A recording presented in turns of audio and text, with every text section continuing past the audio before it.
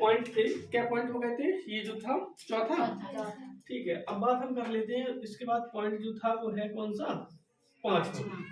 पांचवें पॉइंट में पहले तो हमने यहाँ पर लिखी थी क्या, वस्तु की स्थिति,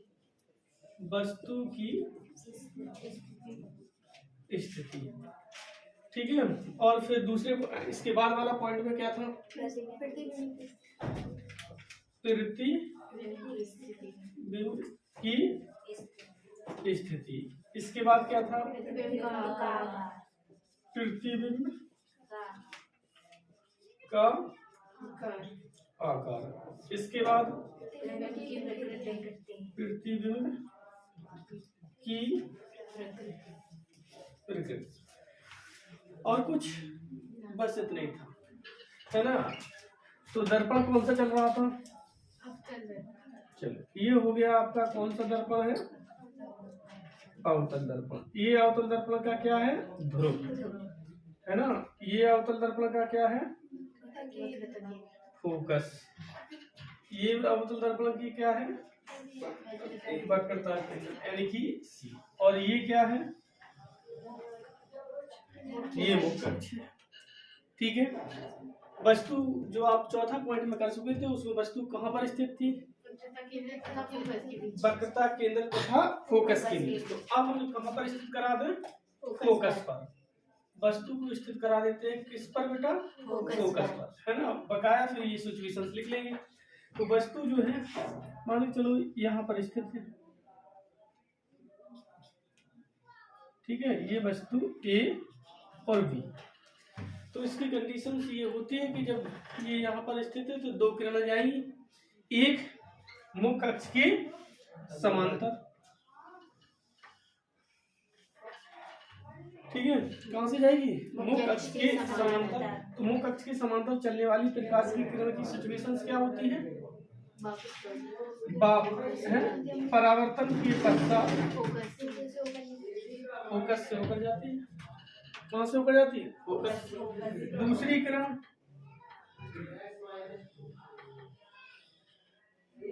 वक्रता केंद्र से होकर जाती है, कैसे, मतलब कि ये हो गया इसका कौन सा, वक्रता केंद्र। वक्रता केंद्र से होकर जाती हुई प्रतीत होती है और वापस उसी दिशा में लौट आती है। समझ में आ रही बात। तो अब बताओ, ये किरण वापस लौट आ रही है, उधर जा नहीं रही है ना, और ये इधर आ रही है वापस, और इस टाइप से ये किरणें जाती हैं। कहां पर जाती है, अनंत पर। कहां पर जाती है, अनंत पर। तो ये अब देखना, जैसे जैसे आगे बढ़ती जाएंगी, समझो इसके बात को, जैसे जैसे आगे ये क्या होती जाएंगी, बढ़ती जाएंगी, वैसे वैसे मुख्य अक्ष से दूरी बढ़ती जाएगी। तो कहीं जाकर मिल रही होंगी, मतलब कि तो वो डिस्टेंस बहुत अधिक हो जाएगी। तो बस एक बात तो होगी, प्रतिबिंब की स्थिति कहां पर हो जाएगी, अनंत पर। प्रतिबिंब का आकार कैसा हो जाएगा, जब वो अनंत पर जाकर टकराएंगे तो कैसा हो जाएगा, बहुत बड़ा, है ना। प्रतिबिंब की प्रकृति उल्टा बन रहा होगा और वास्तव में मिल रही होंगी, तो हम कह देंगे कैसा, उल्टा, है ना। और कौन सा, वास्तविक। बात समझ में आ गई, नोट कर लीजिएगा। वस्तु की स्थिति बनानी है कहां पर, वक्रता केंद्र तथा फोकस के बीच तो होगी, फोकस तथा ध्रुव के बीच, क्या के पीछे, ध्रुव के बीच।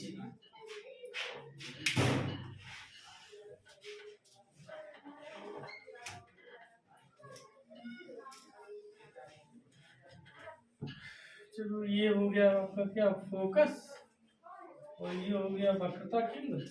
वस्तु की स्थिति यहाँ पर मान लेते हैं, ठीक है। तो ये हो गई आपकी क्या,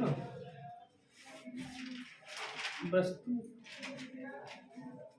ए और बी। होता क्या है, मुख्य अक्ष की समांतर चलने वाली प्रकाश की किरण, एक तो मुख्य अक्ष की समांतर चलने वाली प्रकाश की किरण इधर गई, है ना, और परावर्तन के पश्चात क्या होगा,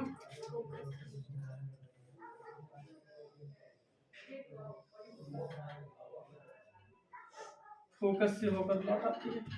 दूसरी किरण वक्रता केंद्र से होकर जा रही होगी।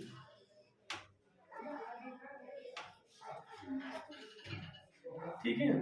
और अब दिक्कत ये है कि आप देख रहे हैं इसमें कि जैसे जैसे हम इधर की ओर बढ़ते जा रहे हैं इनकी डिस्टेंस बढ़ती जा रही है। बढ़ रही नहीं बढ़ रही? तो ये इधर तो कहीं पर मिलने की संभावना है ही नहीं, है ना।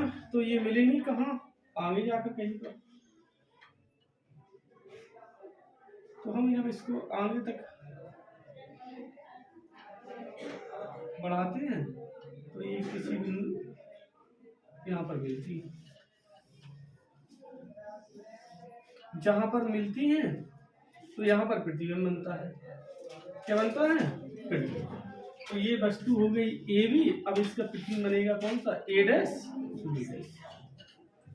बात समझ में आ गई? बस ये अंतर। तो प्रतिबिंब की स्थिति कहाँ पर है? कहाँ पर बताओ? दर्पण के पीछे, है ना। या कह सकते हो दर्पण के दाईं ओर। दाईं ओर ये होगा नहीं होगा। प्रतिबिंब का आकार वस्तु से कैसा है? बड़ा। प्रतिबिंब की प्रकृति सीधा बना उल्टा। तो हम कह देंगे ये हो गया कैसा? सीधा, है ना, और आभासी। बात समझ आ गई? बस ये अंतिम सिचुएशन से बना लीजिएगा। बन गया। इसी टाइप से जो है हम बना लेते हैं काय के लिए? उत्तल दर्पण के लिए सेम सिचुएशन रहती है। उसमें आभासी, है ना, और कैसे आभासी और सीधे प्रतिबिंब ज्यादा बनते हैं। वास्तविक प्रतिबिंब किसी एक सिचुएशन बनेगा। ये इन्हीं 3 रूल्सों को हम क्या करेंगे? ध्यान में रखेंगे और उसी रूल्स को फॉलो करते जाएंगे और प्रतिबिंब अपने आप बनते जाएंगे। इसके बाद आप अगली हेडिंग बनाओ, अवतल दर्पण के उपयोग।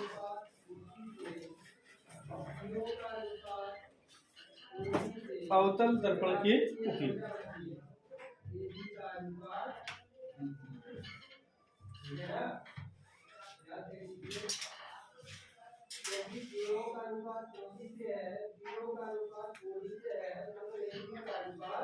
लिख लिया? अच्छा, क्या उपयोग हो सकते हैं इसकी? बताओ। देखा आप लोगों ने अवतल दर्पण? पहले तो ये बताओ, देखा या नहीं देखा? देखा। तो इसके क्या उपयोग हो सकते हैं?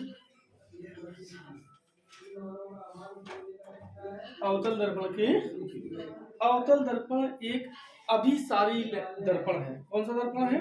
अभिसारी दर्पण है, जो कि प्रकाश को क्या करता है? किसी एक जगह कलेक्ट करता है। तो जहां जहां पर हमें प्रकाश को एक जगह कलेक्ट करना होता है वहां पर हम अवतल दर्पण का प्रयोग कर लेते हैं। जैसे कि आपने देखा होगा टॉर्च देखिए ना, टॉर्च का जो बल्ब लगा रहता है उसके पीछे जो व्हाइट कलर का चमकीला जो वस्तु लगी रहती है वो इस टाइप से झुकी होती है। तो वहां पर वो लगा होता है, वो होता है आपका कौन सा? अवतल दर्पण। कौन सा दर्पण होता है? अवतल दर्पण। जितनी भी गाड़ियां होती हैं, गाड़ी की हेडलाइट में जो लगा रहता है वो होता है कौन सा दर्पण? अवतल दर्पण। कारण ये होता है कि प्रकाश को हमें फैलाना नहीं होता है, कलेक्ट करना होता है और बहुत दूर तक भेजना होता है। जब भी हमें प्रकाश को क्या करना होगा? कलेक्टिव वे में बहुत दूरी तक भेजना होता है, तो वहां पर हम अवतल दर्पण का प्रयोग करते हैं। समझ में आ गया? तो जितने भी वाहन हैं सभी वाहनों की हेडलाइटों में अवतल दर्पण का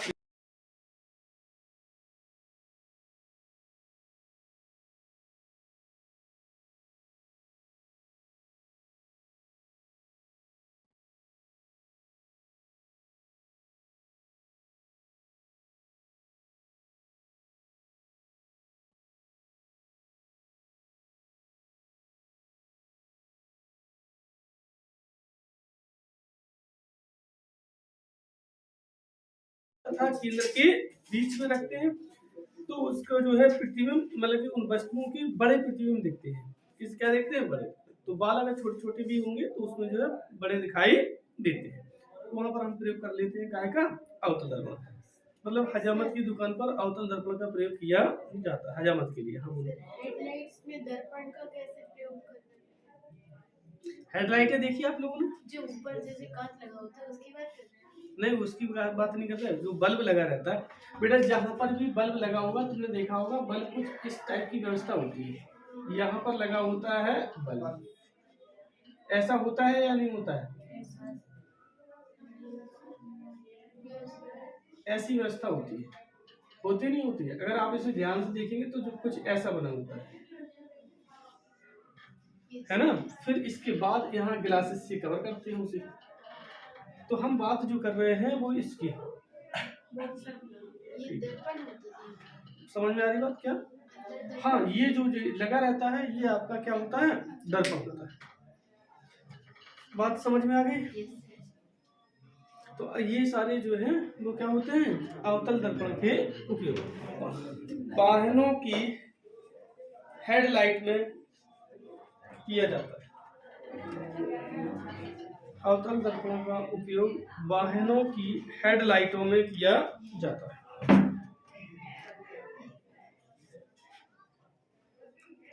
परिचित होना वाहन से, ऐसा तो नहीं है कोई ना सुना हो। वाहनों की हेडलाइटों में किया जाता है। सेकंड पॉइंट डाल के लिखूं,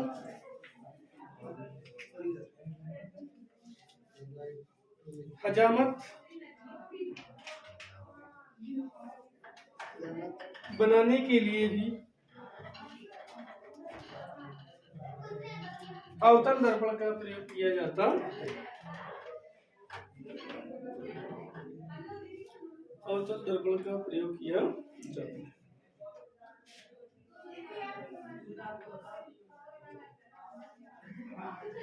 एक बहुत इंपोर्टेंट है, बहुत पेपरों में बहुत कई बार पूछा जाता है और ज्यादातर पूछा जाता है। डेंटिस्ट देखे आप लोगों ने? किसे कहते हैं डेंटिस्ट? दांतों वाले डॉक्टर को डेंटिस्ट कहते हैं। तो डेंटिस्ट एक जो है स्टिक होती है, उसमें एक छोटा सा लेंस लगा लेते हैं, है ना, और उसमें लगा रहता है, और विनेगर वो कुछ लिक्विड होता है जो कि जीवाणुनाशक होता है, उसमें उसे डूबे रहते हैं। कारण ये होता है जैसे आपके दांत में कुछ खराबी हो जाए, है ना, तो जो जीभ की तरफ साइड अगर कुछ खराबी है तो उसे डॉक्टर सीधा मुंह खुलवा के देख लेता है। लेकिन जीभ के अपोजिट डायरेक्शन में, मान चलो इधर से अगर कोई प्रॉब्लम क्रिएट होती है तो फिर उसे वो कैसे देखे? या तो इधर से काटे, है ना, बगैर वहां देखने की कोई ऑप्शन होता है। तो वो क्या करता है, वो डेंटिस्ट जो है उसी में एक छोटा सा लेंस लगा रहता है, दर्पण लगा रहता है, और वो उसको ऐसे फंसाता है तो उसका प्रतिबिंब उसमें दिखता है और उसका निरीक्षण आराम से कर लेता है। नाक, कान, गले आदि का निरीक्षण जो है डॉक्टर, मतलब कि जो है कौन सा डेंटिस्ट जो है किसके द्वारा करते हैं? अवतल दर्पण के द्वारा करते हैं। तो लिखूं,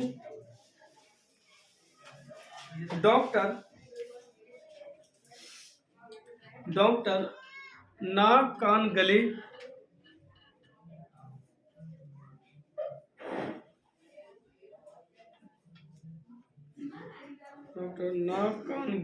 आदि का निरीक्षण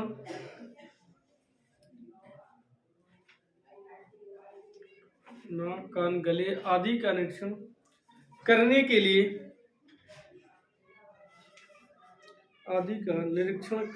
लिए अवतल दर्पण का प्रयोग करते हैं। अवतल दर्पण का प्रयोग करते हैं।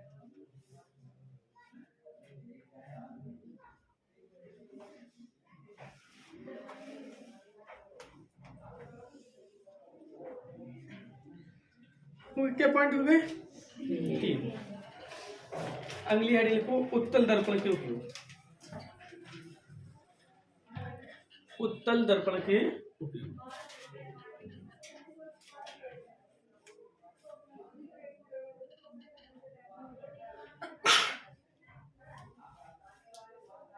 लिख लिया? तो उत्तल दर्पण के उपयोग। उत्तल दर्पण का प्रयोग वहां पर किया जाता है जहां पर या तो प्रकाश को फैलाना हो या बहुत अधिक क्षेत्रफल को देखना हो। समझ में आई? उत्तल दर्पण का प्रयोग वहां पर किया जाता है जब हमें प्रकाश को क्या करना हो? फैलाना हो या बहुत अधिक क्षेत्रफल को देखना हो। तो बताओ उत्तल दर्पण कहाँ पर प्रयोग होता है? नहीं, इस बल्बों में नहीं होता है। फैला रहा है लेकिन इसमें दर्पण का प्रयोग होता ही नहीं है। इसको अलावा और कुछ बोलो। चौराहे पर जितने भी लाइटें लगी रहती हैं उन सभी में उत्तल दर्पण का प्रयोग होता है, क्योंकि चौराहे पर हमें करना क्या होता है कि ज्यादा दूर तक प्रकाश को नहीं भेजना होता, उसी एरिया के बहुत अधिक क्षेत्रफल को हमें प्रकाशित करना होता है। तो उनमें हम प्रयोग करते हैं काय का, उत्तल दर्पण का। दूसरी बात, ड्राइवर की सीट के पास में जो दर्पण लगा रहता है वो उत्तल दर्पण होता है।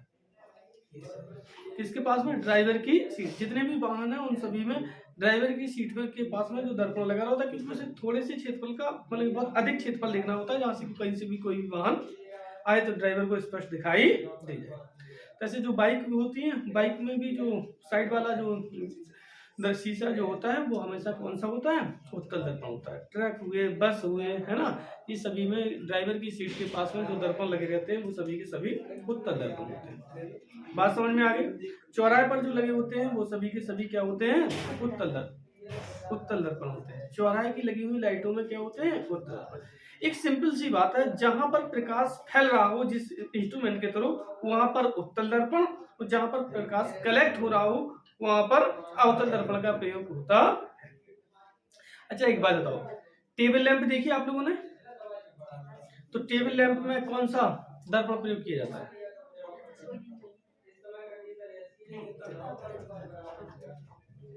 टेबल लैंप की बैक साइड में लगा रहता है कौन सा दर्पण, अवतल दर्पण, क्योंकि हम प्रकाश को कलेक्ट कर रहे होते हैं ना, एक ही जगह देखना होता है, फैलाना नहीं होता है, तो वहां पर हम अवतल दर्पण का प्रयोग कर रहे हो। तो लिखो अच्छा इसमें फर्स्ट पॉइंट डालकर, उत्तल दर्पण का प्रयोग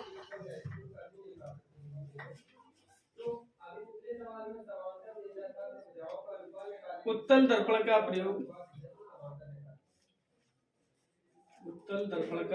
प्रयोग बस, ट्रक, मोटर कार आदि के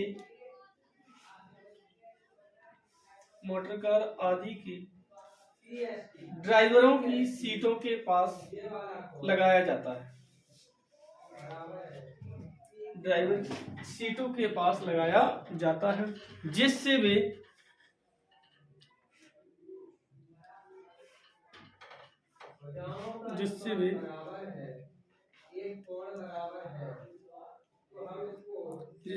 पीछे के अधिक से अधिक क्षेत्रफल को देख सके, जिससे वे पीछे के अधिक से अधिक क्षेत्रफल को देख सके।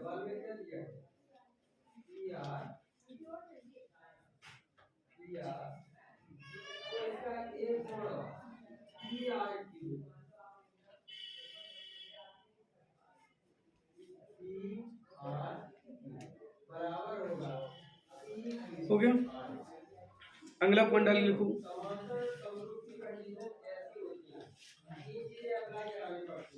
चौराहे तथा गलियों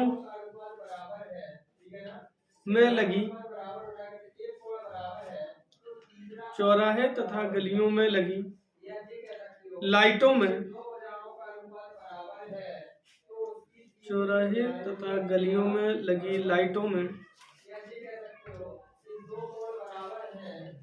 उत्तल दर्पण का प्रयोग किया जाता है, उत्तल दर्पण का प्रयोग किया जाता है, जिससे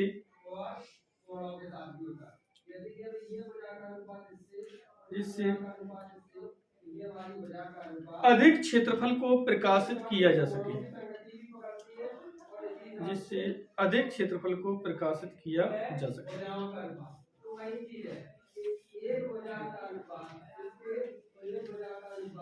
अधिक क्षेत्रफल को प्रकाशित किया जा सके।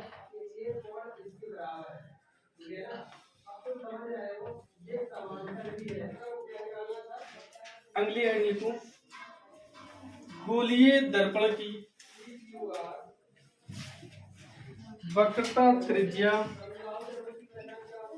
गोलीय दर्पण की वक्रता त्रिज्या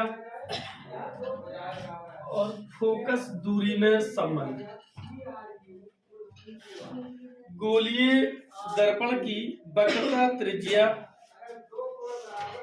तथा फोकस दूरी में संबंध। गोलीय दर्पण की वक्रता, त्रिज्या तथा फोकस दूरी में संबंध।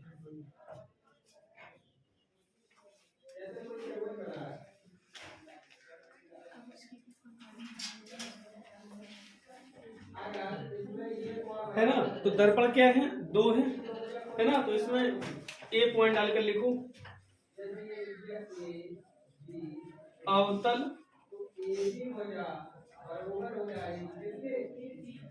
दर्पण में, अवतल दर्पण, ठीक है, लिख लिया। अब आपको जो है फोकस दूरी तथा वक्रता त्रिज्या में संबंध।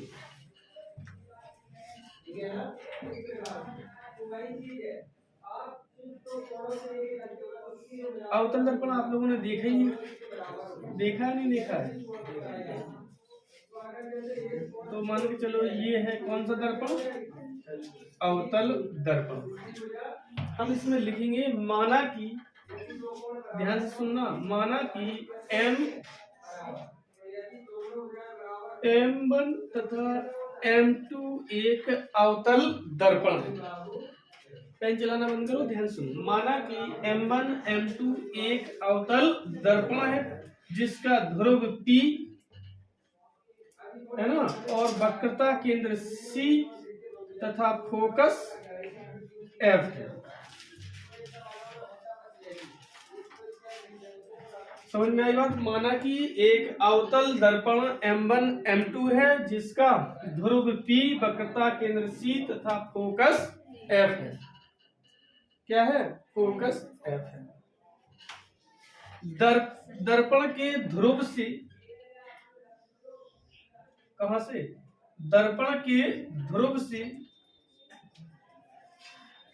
स्मॉल u दूरी पर कोई वस्तु AB रखी है। क्या रखी है? AB। दर्पण के ध्रुव से u दूरी पर कोई वस्तु AB रखी है जिससे मुख्य अक्ष के समांतर चलने वाली प्रकाश की किरण, जिससे मुख्य अक्ष के समांतर चलने वाली प्रकाश की किरण परावर्तन के पश्चात क्या होता है? फोकस से होकर जाती है। किससे होकर जाती है? फोकस से होकर जाती है। क्लियर? दूसरी किरण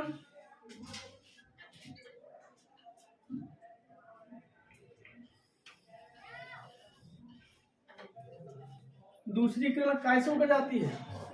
वक्रता केंद्र से होकर जाती है और वापस उसी दिशा में लौट आती है। ये दोनों किरणें बिंदु B' पर प्रतिच्छेद करती है, जहां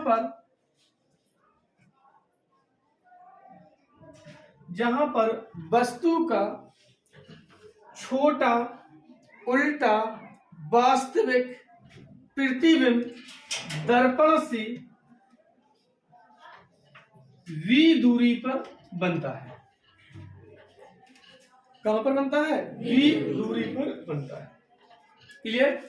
जिसकी वक्रता त्रिज्या और, क्यों वक्रता त्रिज्या R ही तो होती है ना, और फोकस दूरी, यही फोकस है, फोकस दूरी स्मॉल f है। तब कोई दिक्कत परेशानी? इतनी थ्योरी आपको लिखनी है।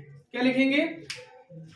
माना कि एक अवतल दर्पण M1 M2 है जिसका ध्रुव P, वक्रता केंद्र C, फोकस F है, जिसके मुख्य अक्ष पर ध्रुव से u दूरी पर कोई वस्तु AB रखी है जिससे मुख्य अक्ष के समांतर चलने वाली प्रकाश की किरण परावर्तन के पश्चात फोकस से होकर जाती है, तथा दूसरी किरण वक्रता केंद्र से होकर जाती है।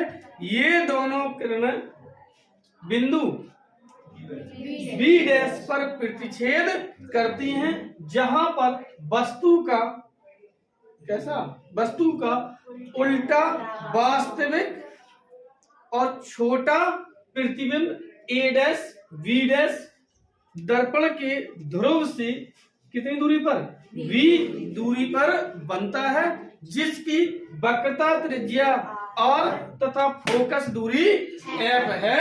तब बताओ लिख पाएंगे या नहीं लिख पाएंगे? लिख पाएंगे। हम यहाँ पर एक लंब खींच लेते हैं, ठीक है बेटा। और सुनना ध्यान से, ये हमने कह दिया बिंदु है M और ये कह देते हैं N। ध्यान रखना, ये बिंदु M और ये N, दर्पण है M1 M2, ठीक है। तो अब देखो हमें इसमें देखना ये है कि हम यहाँ पर लिख देते हैं इतने के बाद त्रिभुज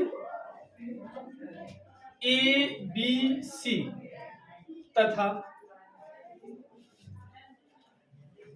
त्रिभुज A dash B dash C में दिख रहे हैं?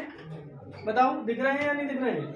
त्रिभुज ABC ये हो गया, त्रिभुज A dash B dash C ये हो गया, है कि नहीं है?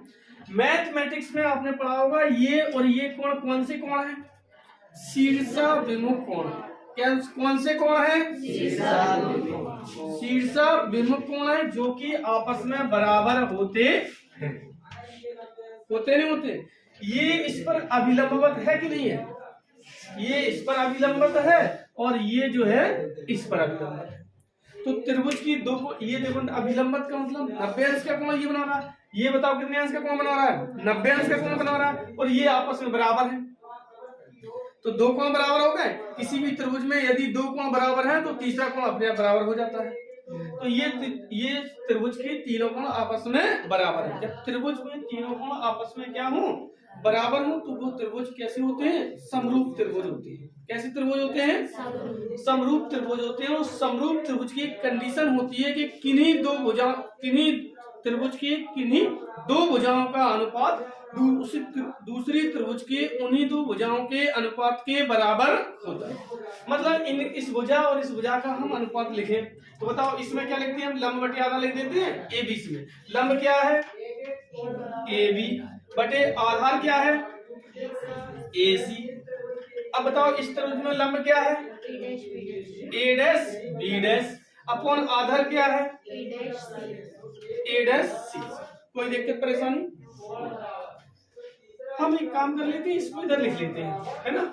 तो ये ऐसा लिख देते हैं ए बी अपॉन की ए डैश बी डैश बराबर ए सी अपॉन की ए डैश। इसे क्या देते हैं? समीकरण फर्स्ट। कोई दिक्कत परेशानी नहीं। अब हम देख लेते हैं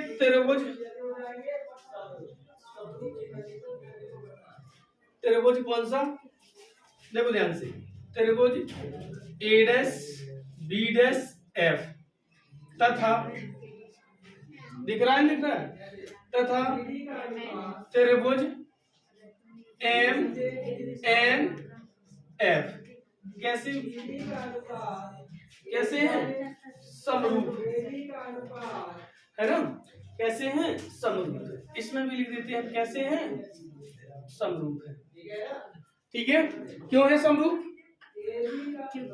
क्यों है समरूप? क्योंकि इनके दो एंगल बराबर है, तो तीसरा भी एंगल बराबर हो जाएगा। सभी कोण बराबर है तो ये समरूप। अब बताओ इसमें दो भुजा लिखते हैं लंब बटे आधार, है ना। चाहे इसमें लिख लेते हैं पहले लंब बटे आधार। तो बताओ इसमें लंब क्या है? एम एन बटे आधार क्या है? एफ एन बराबर। इस वाली त्रिभुज में लंब क्या है बताओ? ए डैश बी डैश अपॉन आधार क्या है? ए डैश। कोई दिक्कत परेशानी? आपको पता है, बोलो क्या पता है कि एम एन बराबर है काहे के? ए बी के। तो हम यहाँ पर लिख देते हैं ए बी। तो बताओ एम एन की जगह आ जाएगा क्या? ए बी, है ना। और इसको हम इधर लाते हैं बटी में, तो ये हो जाता है क्या? ए डैश बी डैश बराबर जी एफ एन इधर भेज देते हैं एफ एन अपॉन के ए डैश। क्लियर? अब हम यहाँ पर लिख देते हैं, ये हो गया समीकरण सेकंड, और यहाँ पर लिखते हैं, क्या लिखते हैं बेटा, समीकरण फर्स्ट तथा कैसे सेकंड से। तो समीकरण फर्स्ट तथा सेकंड से इसका मान उठा के हम इसमें रख देते हैं। तो बताओ ए बी अपन के ए डैश बी डैश बराबर क्या है, एफ एन अपन के ए डैश है। रखो इसमें क्या हो जाएगा, एफ एन अपन के ए डैश एफ बराबर ये क्या हो जाएगा, ए सी अपन के ए डैश सी हो जाएगा या नहीं हो जाएगा, कोई दिक्कत परेशानी। हम यहाँ पर कह देते हैं यदि दर्पण का द्वारक बहुत बड़ा है, क्या है, दर्पण का द्वारक बहुत बड़ा, देखो द्वारक का मतलब ये पार्ट, अगर ये बहुत बड़ा होगा तो ये n खिसक के पहुंच जाएगा किसके पास, P के पास। तो n बराबर हो जाएगा P, इसका मतलब जो आपका Fn है वो क्या हो जाएगा, Fp हो जाएगा। क्या हो जाएगा, Fp हो जाएगा। हो जाएगा या नहीं हो जाएगा। अब हम इसमें मान रख देते हैं, तो Fn की जगह क्या हो जाएगा, Fp अपन की क्या हो जाएगा, बताओ, ये हो जाएगा ए डैश एफ बराबर क्या हो जाएगा, ए सी अपॉन के ए डैश सी। कोई दिक्कत परेशानी नहीं। अब हमें ये देखना है कि पी एफ की वैल्यू है कि नहीं। देखो पी से एफ की कोई वैल्यू इसमें दी गई है, पी से एफ तक के बीच की दूरी इसमें दी गई है, दी गई है। तो हम पी एफ को, एफ पी को जैसे का तैसा लिख देते हैं, है ना, कैसा लिख देते हैं, एफ पी, क्लियर, बटे ए डैश एफ। अब बताओ ए डैश एफ बराबर वैल्यू दी गई नहीं दी गई, ए डैश एफ यही तो है कि नहीं है। देखो ए डैश, अब कंडीशन ये है कि ए डैश एफ इतनी डिस्टेंस है और इतनी डिस्टेंस इसमें दी गई क्या, नहीं दी गई। तो हम इसको इस टाइप से लिखेंगे कि इन वैल्यू में आ जाए। तो अब बताओ, सुनो ध्यान से, हम कितना करेंगे, ए डैश पी में से एफ पी घटा देंगे, कायदा से ए डैश पी। तो ए डैश एफ बराबर हो जाएगा, क्या हो जाएगा, ए डैश पी माइनस के एफ पी। बताओ बात समझ में आई या नहीं आई। मतलब इतनी पूरी डिस्टेंस आपको इतनी याद करना है, तो इस पूरे में से इतनी काटो, इतनी बचेगी, बचेगी या नहीं बचेगी। तो यहाँ पर हो जाएगा इतना। अब देखो AC की वैल्यू है कि नहीं है, A से C के बीच की वैल्यू है, नहीं है। तो अब हम क्या करेंगे, बताओ, AC बराबर काय के बराबर, AC बराबर क्या लिखेंगे, AP, क्या लिख देंगे हम, AP माइनस के CP, तो जो हो जाएगा CP। समझ में आ रही बात की नहीं आ रही। अब देखो ए डैश सी की वैल्यू है कि नहीं है, ए डैश सी ये इतनी है, तो ए डैश सी की वैल्यू नहीं है। तो हम यहाँ पर लिखते हैं ए डैश सी बराबर, बताओ क्या हो जाएगा, CP माइनस के ए डैश पी। तो यहाँ पर हो जाएगा CP माइनस के ए डैश सी। समझ में आ रही बात, आ रही कि नहीं आ रही। तो बस अब हम इसमें उठा के इनकी क्या कर देते हैं, मान रख देते हैं। रखो मान, ए डैश एफ बराबर क्या है, ए डैश पी माइनस के एफ पी बराबर, इसके बाद ए सी बराबर कितना है, ए पी माइनस के सी पी बटे ए डैश सी बराबर क्या है, CP माइनस के ए डैश सी। कोई दिक्कत परेशानी नहीं है। अब मान रख देते हैं इसमें। तो बताओ FP बराबर कितना, दोनों कहाँ है, FP F जे है, P जे, FP बराबर कितना, स्मॉल f। अब बताओ स्मॉल f ऋणात्मक या धनात्मक, बताओ ऋणात्मक। तो हम यहाँ पर माइनस के f रखेंगे, क्या रखेंगे, क्यों, क्योंकि ये ध्रुव से इस तरफ की दूरियां हैं, उस तरफ होती तो धनात्मक होती। ए डैश पी बराबर बताओ क्या है, ए डैश पी बराबर बताओ क्या है, आर कहां से, सी से यहाँ तक की है, ए डैश पी बराबर क्या है, वी। वी बताओ ऋणात्मक या धनात्मक, ऋणात्मक, तो माइनस के वी जी हो जाए माइनस। इसके बाद देखो एफ पी, एफ पी धनात्मक या ऋणात्मक, ऋणात्मक, वैल्यू क्या है, यही है माइनस के एफ बराबर एपी बराबर बताओ, ए जे है और पी जे है, तो एपी बराबर क्या है, यू। ऋणात्मक या धनात्मक, धनात्मक, ऋणात्मक, माइनस। सीपी बराबर बताओ क्या है, सी और पी बराबर बताओ, प्लस का या माइनस का, माइनस का, आर हो जाएगा बटे सीपी बराबर वही बात माइनस की आर और जी माइनस। ए डैश पी बराबर बताओ क्या है, ए डैश पी बराबर माइनस बी, तो जो हो जाएगा माइनस की, इतनी सी बात, कोई दिक्कत परेशानी। देखते हैं यहाँ पर हो जाएगा बेटा ये माइनस के एफ और जो हो जाएगा माइनस के वी और ये माइनस माइनस प्लस के एफ बराबर, ये देखो माइनस माइनस ये हो जाएगा माइनस का यू, ये हो जाएगा प्लस का आर, है ना, ये हो जाएगा माइनस का आर और ये हो जाएगा प्लस के वी। कोई दिक्कत परेशानी। अब हमें इसमें करना क्या है कि क्रॉस मल्टीप्लाई कर देना है। क्या कर देना है, क्रॉस मल्टीप्लाई। क्रॉस मल्टीप्लाई का मतलब इसका गुणा यहाँ पर करेंगे तो जो इसका जो गुणा इसमें करेंगे तो बताओ ये क्या हो जाएगा, प्लस के एफ आर और माइनस के एफ वी बराबर, है ना। अब इसका इसमें मल्टीप्लाई होगा या नहीं होगा, तो पहले तो करेंगे हम u का, तो जो हो जाएंगे प्लस के वी यू हो जाएंगे, नहीं हो जाएंगे, यहाँ पर क्या हो जाएंगे माइनस के एफ यू। अब इस आर का करोगे तो क्या हो जाएगा माइनस के वी आर हो जाएगा या नहीं हो जाएगा, और प्लस के आर एफ या एफ। क्लियर, कुछ कट रहे हैं,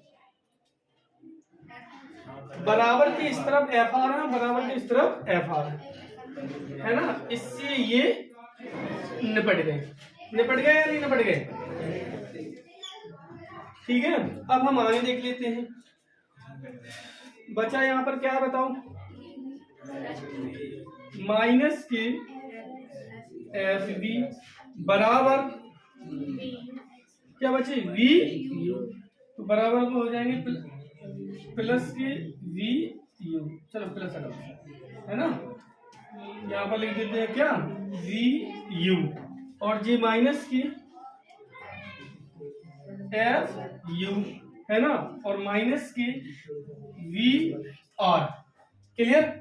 अब आपको पता हो जी कि आर बराबर यहाँ पर लिख देते हैं कि आर बराबर होता है, क्या होता है 2f, वक्रता त्रिज्या फोकस दूरी की, वक्रता त्रिज्या फोकस दूरी की दोगुनी होती है, तो यहाँ पर हो जाएगा माइनस के एफ वी, है ना, बराबर हो जाएगा वी यू माइनस के एफ यू और जी माइनस के यहाँ पर हो जाएगा क्या 2f v। समझ में आ रही बात नहीं आ रही, इसको उठाकर हम इस तरफ लाते हैं, किसको, इसको, तो देखो जी काय के माइनस के जी काय के हो जाए प्लस के, तो जो है प्लस के एफ वी हो जाएंगे नहीं हो जाएंगे, एफ ठीक है। इस माइनस वाले को भी उठाकर हम इस तरफ लाते हैं, तो जी हो जाएंगे प्लस के एफ यू, यहाँ पर बचा क्या वी यू, यहाँ लिख देते हैं दोनों पक्षों में वी यू एफ से भाग देने पर, क्या करने पर, दोनों पक्षों में वी यू एफ से भाग देने पर, तो जो हो जाएगा एफ वी अपॉन के वी यू एफ प्लस के एफ यू अपॉन के वी यू एफ बराबर वी यू अपॉन के वी यू एफ। समझ में आई बात, एफ वी से एफ और वी खत्म, एफ यू से एफ यू खत्म, वी यू से वी यू खत्म, बताओ यहाँ पर बचा क्या 1 अपॉन के यू प्लस के 1 अपॉन के वी बराबर 1 अपॉन के एफ। यही है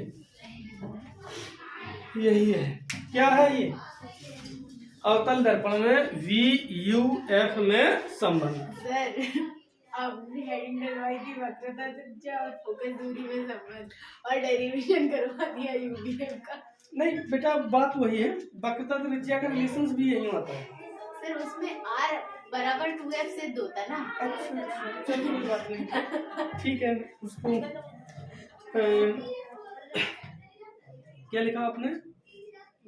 हेडिंग पढ़ो। अच्छा, गोली दर्पण की वक्रता त्रिज्या तथा फोकस दूरी में संबंध। गोली दर्पण की वक्रता त्रिज्या तथा फोकस दूरी में संबंध। तो इसमें लिख दो यूवीएफ में संबंध। हाँ, यूवीएफ। सर वक्रता त्रिज्या की जगह पर सर ये हेडिंग काट ही दे या ये नहीं, करवाओगे आप नहीं, डेरिवेशन?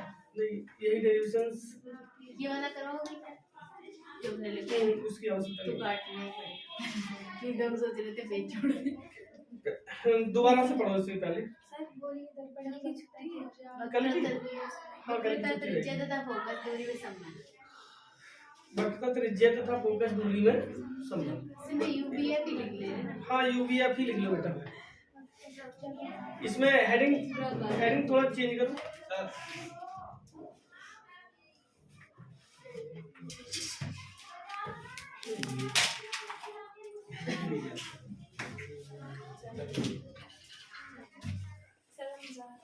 ठीक है, ये जो मैंने किया।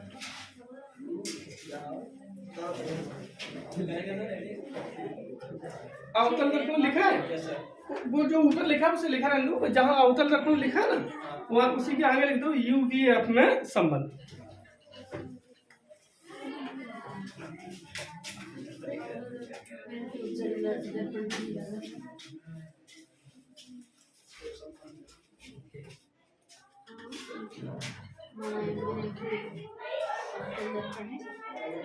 तो अब क्या करेंगे? पहले चित्र बनाएंगे, फिर थ्योरी लिखेंगे, फिर उतारेंगे। चित्र बन गया, थ्योरी बोलनी पड़ेगी। लिखो। अच्छा, माना कि M1 M2 एक अवतल दर्पण है। माना कि M1 M2 एक अवतल दर्पण है। माना कि M1 M2 एक अवतल दर्पण है जिसका ध्रुव P वक्रता केंद्र C, जिसका ध्रुव P वक्रता केंद्र C तथा फोकस F है।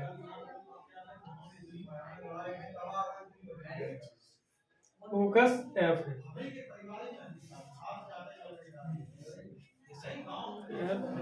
जिसके ध्रुव से मुख्य अक्ष पर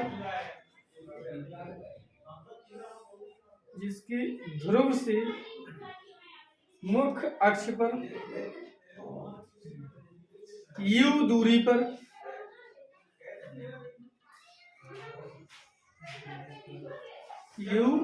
पर कोई वस्तु AB रखी है।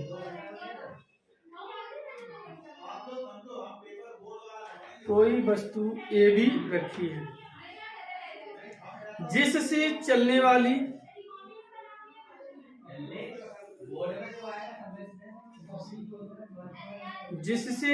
वाली प्रकाश की किरण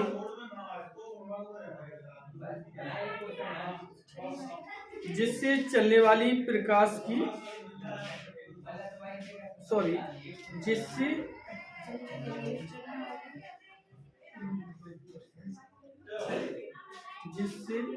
मुख्य अक्ष के समांतर, ऐसा लिखना पड़ेगा, जिससे मुख्य अक्ष के समांतर चलने वाली प्रकाश की किरण। चेंज कर दो बेटा, जिससे मुख्य अक्ष के समांतर चलने वाली प्रकाश की किरण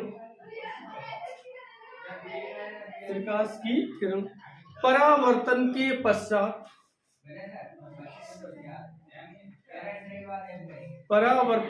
पश्चात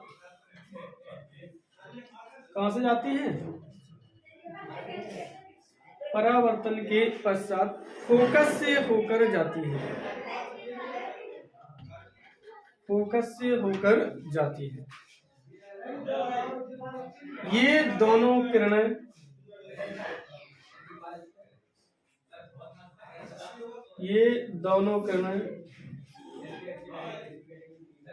बिंदु बी डैश पर प्रतिच्छेद करती हैं। ये दोनों किरणें बिंदु बी डैश पर प्रतिच्छेद करती हैं,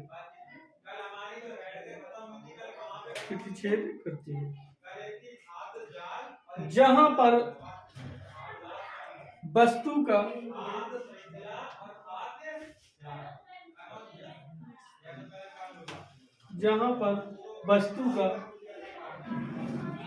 उल्टा वास्तविक छोटा प्रतिबिंब ए डैश बी डैश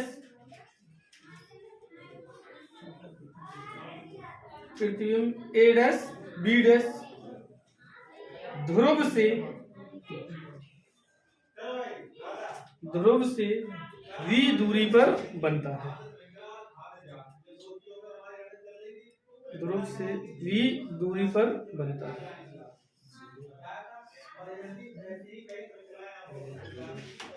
ठीक है, बस ये पूरा नोट कर लीजिएगा। आज के लिए इतना ही काफी है।